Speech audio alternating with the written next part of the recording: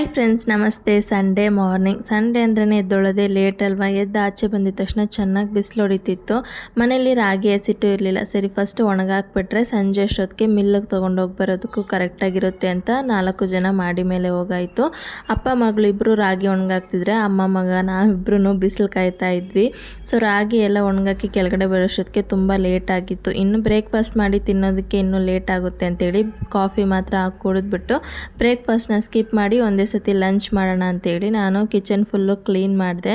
ಮೇಲೆ ಪಾತ್ರೆಲಿ ಇವತ್ತು ಬಿರಿಯಾನಿ ಮಾಡೋಣ ಅಂತ ಪಾತ್ರೆ ತೆಗಿಯೋಕೆ ಹೋದಾಗ ಪಾಪು ಹಾಲ್ ಬಾಟ್ಲ್ ಸಿಕ್ತು. 1 ಸೆಕೆಂಡ್ ಮೆಮೊರೀಸ್ ಎಲ್ಲ ಹಾಗೆ ಕಣ್ಣು ಮುಂದೆ ಬಂದೋಯ್ತು.